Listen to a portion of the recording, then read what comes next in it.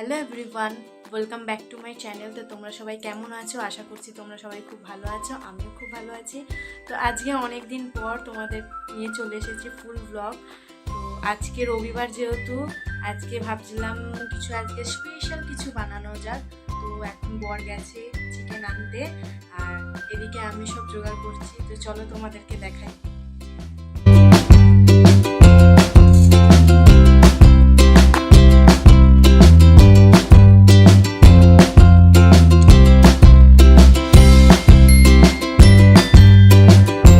এবার এই মশলাগুলো শুকনো খোলায় 2 থেকে 3 মিনিট ভালো করে ভেজে নেবো, আঁচ আস্তে করে। বেশ ভালো করে ভাজা হয়ে গেলে মশলাগুলো মিক্সিতে গ্রাইন্ড করে নেবো।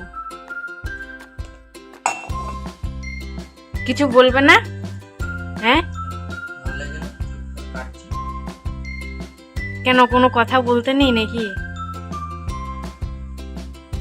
এদিকে দেখো, বরকে বলেছি চিকেন পকোড়া পিস করে আনতে, আর ও এনেছে পুরো চিকেন কষা পিস, মানে হচ্ছে পুরোটাই হাড়। এর জন্য আমি কাটিনি বলে ওকে বলেছি তুমিই কাটো, আমি পারবো না আর কাটতে।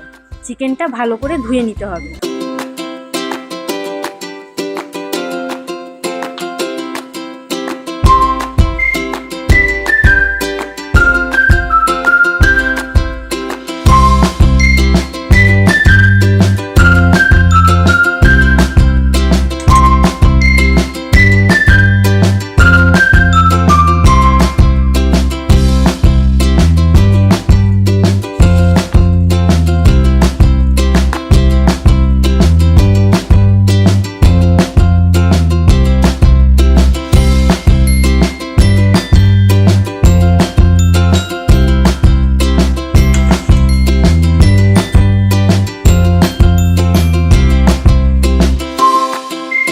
20 মিনিট পর কড়া বসিয়ে কড়ার তেলটা গরম হলে এক এক করে চিকেনের পিসগুলো ভালো করে ম্যাশ করে তার উপর ব্রেড ক্রাম্বস তোমরা দিতে পারো, কিন্তু আমার কাছে ব্রেড ক্রাম্বস ছিল না বলে আমি কর্নফ্লেক্সের গুঁড়ো ব্যবহার করেছি। তোমরা চাইলে ব্রেড ক্রাম্বসই নিতে পারো। তেলটা একদম গরম হয়ে গেলেই এক এক করে চিকেনের পিসগুলো দিয়ে দেবে, তারপর আঁচটা একদমই আস্তে করে দেবে। ভালো করে চিকেনগুলো লাল লাল করে ভাজা হয়ে গেলে এক এক করে তুলে নেবে, আর দেখবে একদম ক্রিস্পি করা হয়েছে।